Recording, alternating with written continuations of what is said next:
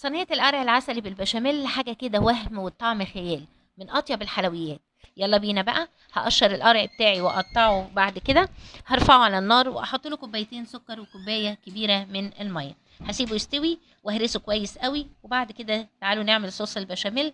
هجيب معلقه كبيره من السمنه ومعلقتين كبار من الدقيق. هسيبهم يتشوحوا مع التقليب، وبعد كده هنزل باللبن بالتدريج مع التقليب المستمر عشان اوصل لقوام كريمي من غير تكتلات. النار بتكون هاديه.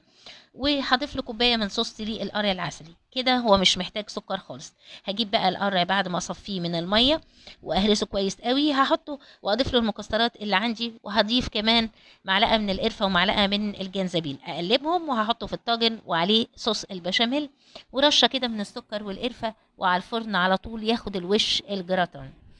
مش هقول لكم على ريحته وعلى طعمه وعلى جماله، لازم تجربوه. والف صحه وعافيه. ما تنسوش اللايك والشير